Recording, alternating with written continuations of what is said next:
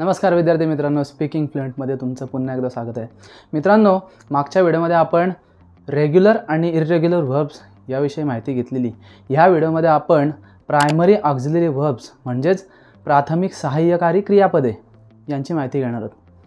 आता मित्रांनो, मधूनच ना तुम्हाला कोंबडीचा आवाज वगैरे ऐकायला येऊ शकतो. तर आपण काय करूया, कोंबडीचा आवाज आला की मी पटकन एक कोंबडीच्या बद्दलचं एक उदाहरण घेतो, म्हणजे तुम्हाला पण ते सोपं जाईल. प्राथमिक सहाय्यकारी क्रियापदांचे म्हणजेच प्रायमरी ऑक्झिलरी व्हर्ब्सचे 3 प्रकार पडतात.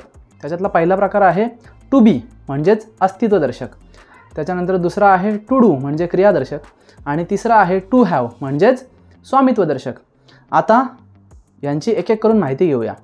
आज आपण फक्त बेसिक माहिती घेणार आहोत, नंतर आपण याच्याविषयी डिटेलमध्ये बघणार आहोत. टू बीचा जो रूप असतो, जो अस्तित्वदर्शक असतो, त्याचे एकूण 5 प्रकार पडतात. मग ते काळामध्ये असतील किंवा पुरुषानुसार असतील, हे नंतर आपण बघणारच आहोत. त्याच्यानंतर टू डूची 2 रूपं असतात, पण पुरुषानुसार अजून एक रूप त्याच्यामध्ये ॲड होतं.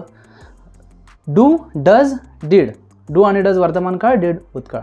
त्याच्यानंतर टू हॅवची 3 रूपं, स्वामित्वदर्शक टू हॅवची 3 रूपं, हॅव, हॅज आणि हॅड. तर ही जी 3 रूपं आहेत ती सुद्धा पुरुषानुसार आणि काळानुसार लागतात, ते पण आपण बघणार आहोत. आता टू बीचं म्हणायचं झालं, am, is, are, was, were, ही ती टू बीची 5 रूपं आहेत. कोंबडीचा आवाज आला. आता शी इज अ हेन. इज आला, am, is, are, was, were. तर तिचं अस्तित्व काय? ती एक कोंबडी आहे. ओके, तर असं. तर ही 5 रूपं आहेत टू बीची. त्याच्यानंतर टू डूची 2 रूपं, डू आणि डीड. सोपं आहे, क्रियादर्शक. आपण कुठल्याही एखाद्या कृतीला जर स्ट्रेस करायचा असेल, म्हणजेच काय की हो, ही ठामपणे सांगायचं असेल की ही क्रिया झालेली आहे, yes I did this, that did happen, हो ते झालं आहे, खरंच झालं आहे.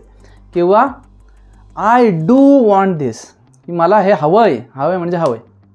तर तेव्हा आपण त्या डूचा वापर करतो आणि डीडचा वापर करतो कृतीदर्शक आणि ठामपणा दर्शवण्यासाठी. आता टू हॅव. टू हॅव स्वामित्वदर्शक. कसं? आय हॅव अ पेन म्हणजेच माझ्याकडे एक पेन आहे. ओके. किंवा एखादी गोष्ट मला पूर्ण काळामध्ये दाखवायची आहे, पूर्ण वर्तमान काळामध्ये, तेव्हासुद्धा मी ते वापरतो. कसं? I have completed my homework. असं जेव्हा आपण बोलतो तेव्हा ही होमवर्क करण्याची, घरचा अभ्यास करण्याची जी क्रिया आहे ती मी पूर्ण केलेली आहे, ती माझ्या मालकीची आहे. ओके.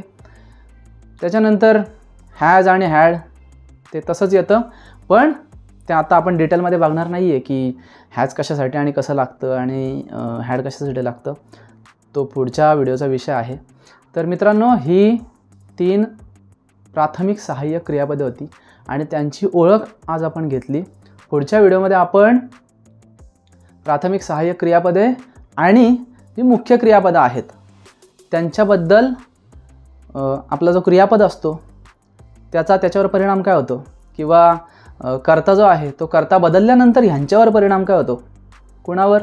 प्राथमिक सहाय्यकारी क्रियापदांवर कर्ता बदलल्यानंतर किंवा पुरुष बदलल्यानंतर काय परिणाम होतो, आणि वचन बदलल्यानंतर म्हणजे नंबर, एक वचन आणि अनेक वचन बदलल्यानंतर काय परिणाम होतो, आणि त्याचा एकूणच काळाचा काय परिणाम होतो त्याच्यावर.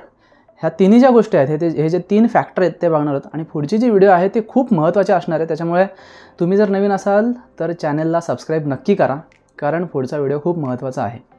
तर मित्रांनो, आजचा व्हिडिओ तुम्हाला जर आवडला असेल तर व्हिडिओला लाईक करा, आपल्या मित्रांपर्यंत, नातेवाईकांपर्यंत, भावंडांपर्यंत हा व्हिडिओ पोचवा. जर तुम्हाला काहीही शंका असेल तर ते कमेंट बॉक्समध्ये आम्हाला विचारा. जर अभिप्राय द्यायचे असतील तर तिथे कमेंटमध्ये लिहा. जर काही सूचना करायच्या असतील त्यासुद्धा कमेंटमध्ये करा. कमेंट करा, खूप महत्त्वाची गोष्ट आहे. आणि जर तुम्ही चॅनलवर नवीन असाल तर सबस्क्राईब नक्की करा आणि बेल आयकॉन प्रेस करा, जेणेकरून तुम्हाला नोटिफिकेशन मिळेल. जेव्हा आपला व्हिडिओ लाईव्ह होईल तेव्हा तुम्हाला नोटिफिकेशन मिळेल. तर मित्रांनो, आजच्यासाठी एवढंच. पुन्हा भेटूया नवीन व्हिडिओमध्ये नवीन लेसनसोबत. थँक्यू.